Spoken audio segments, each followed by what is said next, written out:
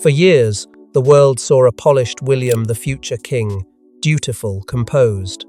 But a royal biographer has shattered that illusion. What was once hidden behind gilded palace doors now spills into public view. And it all starts with hushed conversations about Meghan. Why was William so guarded? Or worse, so angry? Before we go deeper into what this really means for the royal family, make sure to subscribe so you don't miss a single update. They say the truth always finds a way to leak through the cracks, and in this case, it arrived wrapped in shadowy whispers and confidential files, documents no one was ever meant to see. The biographer in question, renowned for revealing royal turmoil the firm would rather forget, claims to have unearthed evidence that Prince William held intense private views on Meghan Markle, views he would never dare voice in public. Through insider testimony, transcribed conversations, and even one alleged audio clip from behind palace walls, we begin to piece together a darker image of a man under pressure, fury boiling beneath the surface. In one account, a former palace aide recalls William storming down a corridor, muttering about danger behind the smile, a line now believed to reference Meghan. And while the press was busy celebrating royal weddings and baby announcements, inside those walls, a far more sinister story was unfolding. Staffers, known within the royal circle as the Grey Men, worked tirelessly to shield the cracks from public view. But even they couldn't hold back what one called the inevitable flood. This was more than a family dispute. It was the fear that one woman might unravel centuries of control. William, the man cast as the stable future monarch, was, behind closed doors, reportedly gripped by suspicion, disdain, and a desperate need to maintain royal order. Meghan, in his eyes, wasn't just controversial, she was catastrophic. But what if the truth went far deeper than resentment? What if it exposed William's fear of losing everything? In private quarters, William referred to Meghan not by name, but by a title that chilled insiders: the American problem. It wasn't just about her nationality. It was what she represented: independence, rebellion, and uncontrollable narrative power. The nickname wasn't flippant. It was strategic, deliberate, echoed in the way palace courtiers began to describe the growing unrest inside royal walls. William, who once took comfort in the quiet choreography of royal life, now found himself faced with a woman who refused to follow the script. Behind closed doors, he reportedly confided in allies that Meghan's influence on Harry wasn't just emotional, it was ideological. She was, in his eyes, rewriting the monarchy's rules with every headline, every unfiltered comment, every public gesture that blurred royal formality with celebrity defiance. Reports suggest that William viewed her not just as a disruptive presence, but as the architect of what he called Harry's emotional rebellion, a transformation he couldn't stop and didn't understand. It wasn't long before the inner circle began circulating confidential notes, one of which labelled Meghan as a destabilizing agent. And perhaps most striking of all was a memo unearthed by the biographer, suggesting Meghan had introduced elements of celebrity activism that compromise hierarchical unity. This wasn't about protocol anymore. It was about survival, about keeping the firm intact. As the Sussex engagement unfolded under global media glare, Sandringham saw tensions rise to fever pitch. Witnesses recall sharp exchanges between William and senior aides, growing talk of containment strategies, and closed-door meetings where Meghan's growing profile was described as a threat vector. William was said to be increasingly isolated, speaking in clipped tones, issuing vague but firm orders to limit Meghan's media exposure, often overridden by Harry's refusal to comply. In the eyes of those closest to the situation, a silent war had begun. And while the tabloids played it as family friction, inside the palace it was seen as a constitutional crisis in slow motion. But containment failed because William's private war soon erupted into full-blown confrontation. Inside a locked room at Kensington Palace, voices were raised, threats whispered, and one sentence from William would haunt insiders for years. "She will burn this house down." What did he mean? And who else was listening? The meeting was never meant to be known, let alone remembered. But those who were present, William, Charles, and a circle of senior aides, couldn't forget what unfolded that day. It was supposed to be a strategy session, a private intervention. Instead, it became an emotional battlefield. William, reportedly pale with frustration, broke his royal calm as he stood before his father, claiming that Meghan had crossed a line from complication into danger. "She's manipulating him like a puppet," he is said to have shouted, his voice cracking from the weight of restrained fury. That sentence would later appear in a leaked voice recording obtained by a palace cleaner who had unknowingly stepped into the hallway at the worst or perhaps the most revealing moment. From behind the locked door, phrases emerged like shards of glass. "We're being rewritten. She's building a monarchy of her own." And the now infamous Netflix monarchy fear that William couldn't shake. For the heir to the throne, this wasn't just about Meghan's behaviour, it was about the image of the crown being packaged and broadcast without the palace's control. In William's eyes, the Sussexes weren't telling their story, they were staging a revolution. The more their popularity grew, the more desperate William became to stop it. Leaked documents later suggested that a media plan was drafted that very night, a soft smear campaign designed to shift public perception back in the monarchy's favour. But the damage had already begun. And the most haunting detail? Meghan, sources claim, had already heard about the meeting before it ended.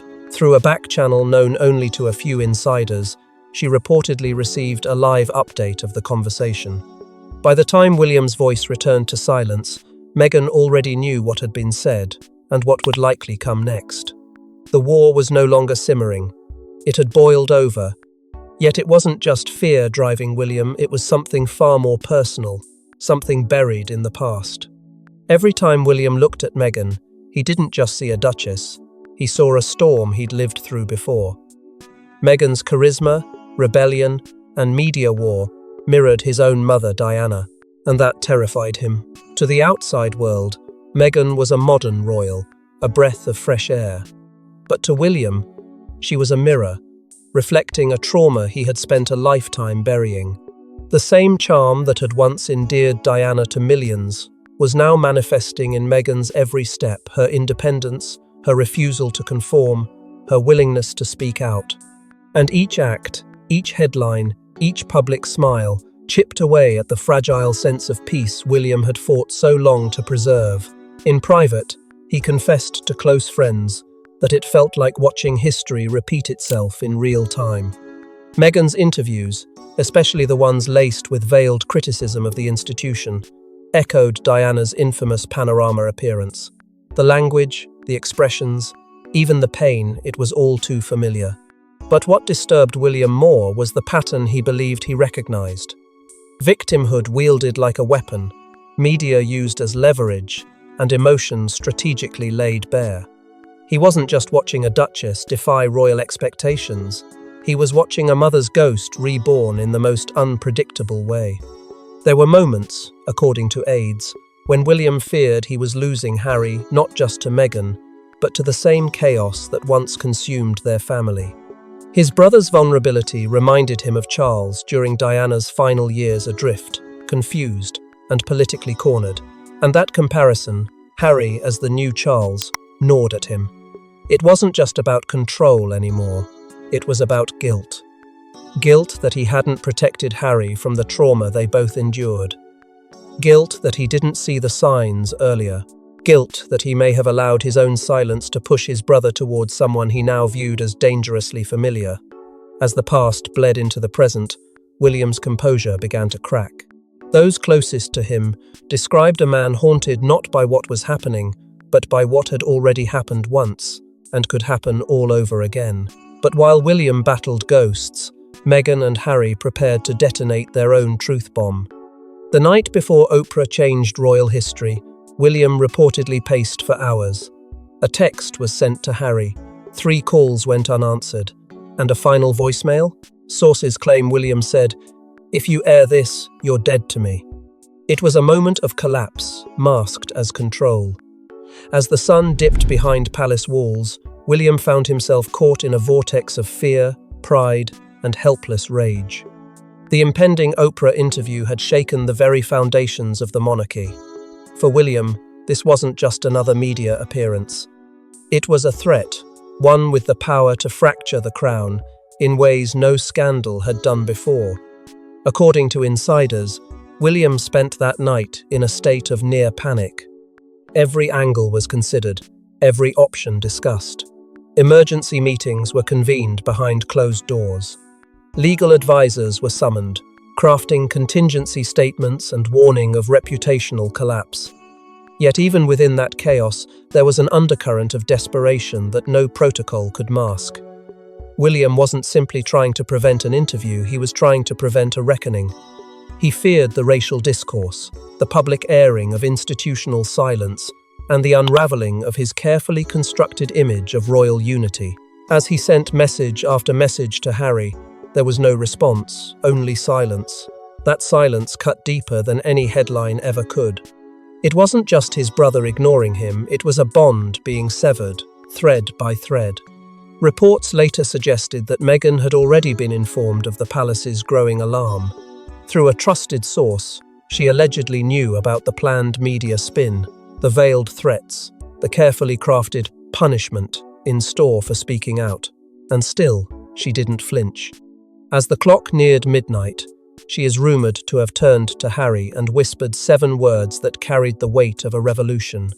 "Let them hear us, all of it." To William, those words would represent defiance. To Meghan, they symbolised release. Meanwhile, Prince Philip's condition was worsening, his frailty complicating the already explosive situation. Some within the palace hoped the couple would delay.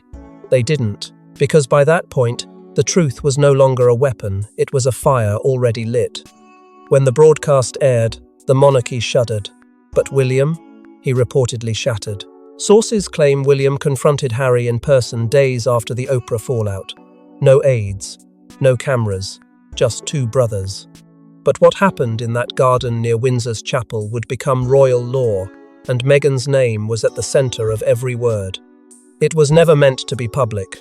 No scheduled meeting, no formal protocol, just 2 siblings walking toward what many believed would be a private reconciliation. But instead of healing, it ignited a firestorm.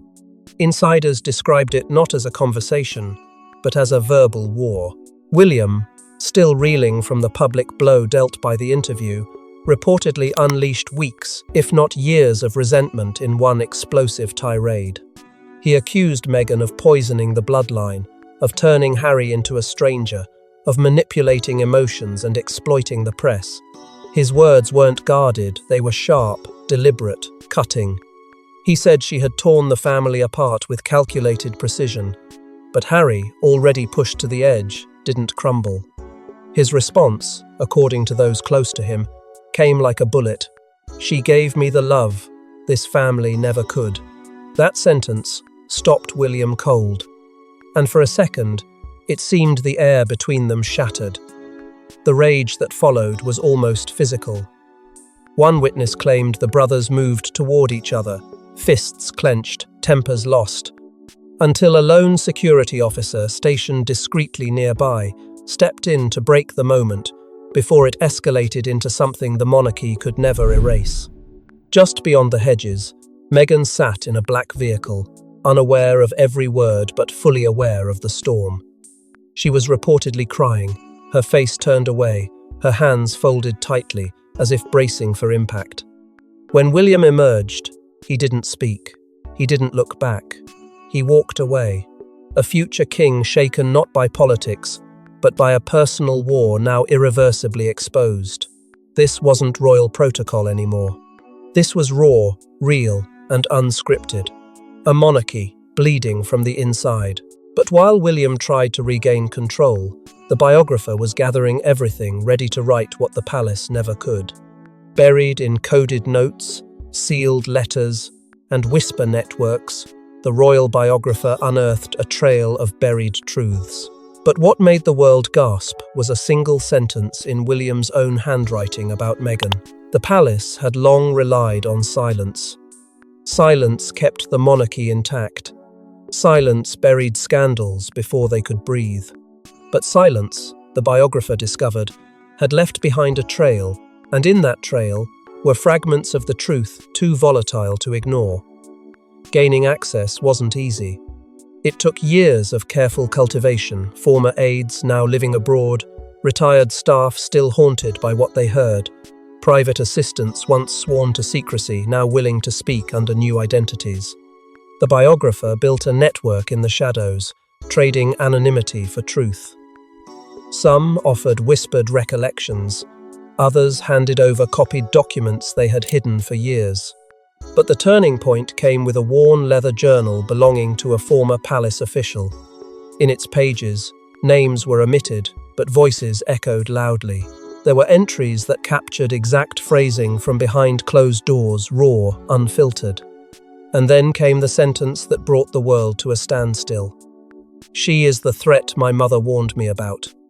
Attributed directly to William, the quote suggested more than paranoia, it hinted at inherited fear. A belief that Meghan was not merely disruptive, but prophetic of the very chaos Diana had once seen on the horizon. Alongside that journal, the biographer uncovered classified memos, internal communications between royal media teams and senior staff, detailing extensive monitoring of Meghan's press coverage. Some of it was ordinary, but other sections revealed strategic manipulation, stories allegedly planted, silence bought in exchange for favourable headlines. The palace had always denied involvement in media warfare, but the documents told another story, one of relentless image management and covert retaliation. Still, the biographer didn't release it all at once. No, timing was everything. The book was deliberately delayed, its release strategically aligned with a royal milestone, knowing the shockwaves would be impossible to contain. By the time it hit the press, the world wasn't just reading scandal, it was reading confession. And the man, set to be king, was suddenly painted not as a stoic heir, but as a man cornered by his past, his fears, and his own words. Now, the world would know, but the consequences for William were only just beginning. The leak went viral. William's words were everywhere. Headlines screamed betrayal. But inside the palace, the silence was deafening and irreversible. The future king had crossed a line he couldn't uncross. There was no time to prepare, no buffer, no damage control that could contain the global fallout from the biographer's revelations. Screens lit up across the world, flashing William's most damning sentence in bold fonts. Commentators dissected every syllable, tabloids printed it across front pages, and for the first time, the invincible image of the heir to the throne looked cracked, human, and dangerously exposed. The palace's response was deliberate. Silence. No statement.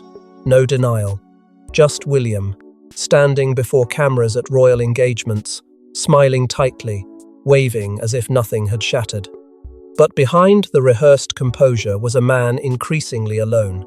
Sources say he stopped answering calls from extended family. Even longtime staffers described the atmosphere as icy, unbreathable.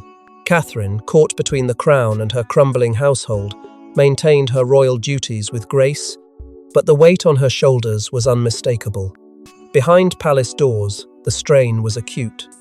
Charles was reportedly furious not just about the leak, but about the fact that William had written the words at all. Yet for all his rage, he was paralysed by optics, by legacy, by the fragility of what they had left. Meghan, on the other hand, responded with silence, but it was strategic. A single cryptic post on her social media, quoting Maya Angelou's "Still I Rise," was enough to ignite speculation. Was it a warning shot, a victory cry, or something else entirely? The timing was no coincidence. Harry's stance was clearer. He said nothing, and by saying nothing, he said everything. He did not defend his brother. He didn't excuse the comment. He vanished from the narrative just as William spiraled. For the first time, the world saw what insiders had known for months. The House of Windsor wasn't just fractured, it was hemorrhaging. William, once the symbol of calm in the storm, now found himself trapped in one. Every move was analysed, every whisper amplified. But it wasn't the headlines that haunted him, it was the silence from the people he once called family. Because now, for the first time, the weight of his own words was crushing him from within. And just when the storm seemed to peak, William made one final move no one saw coming. Deep in his desk drawer lay a letter, addressed to Harry and her, in William's unmistakable script. Never sent, never signed, but in its words pain, regret, and a confession that might have changed everything.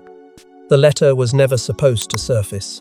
It sat quietly for years, tucked beneath layers of royal correspondence, lost beneath ceremonial reports and routine memos. A retired palace staffer, clearing out an office long forgotten, found the envelope. No date, no seal. Just 5 words written in blue ink, shaking slightly in tone, to Harry and her, private. Inside, what unfolded wasn't strategy. It wasn't protocol. It was vulnerability. William's voice stripped bare. The words didn't accuse. They confessed. He wrote of nights spent questioning his own judgment, of the fear that he'd been too quick to act and too slow to feel. He admitted that jealousy had poisoned his perspective, that he hadn't just been fighting to protect the crown, he'd been battling shadows in his own mind. "The pressure broke me before I could understand you," he wrote. "You were the fire I misunderstood." That line alone burned through every page of the biographer's final chapter. It reframed everything: the conflict, the silence, the hostility. This wasn't only about power or image. It was about a man who never fully grasped the storm he was standing in until it was too late. William's letter didn't absolve him. It revealed him. It painted a picture of someone raised to guard tradition, but privately undone by the humanity that tradition could never truly contain. The most haunting part? The letter was never sent. The envelope was never sealed. It remained hidden, unread by its intended recipients. And so, the reconciliation that might have followed never came. The apology that could have shifted the tide remained a whisper in a drawer, drowned by the roar of headlines and the weight of royal pride. The biographer, after documenting every twist, every fracture, chose to close the book with William's unsent words, not as closure, but as the final wound. Because sometimes, the most powerful truths are the ones left unspoken. The monarchy continues, the crown endures, but behind closed doors, the future king's heart may never recover from the war no one was supposed to hear. Thanks for watching. Don't forget to like and subscribe, and we will see you in the next one.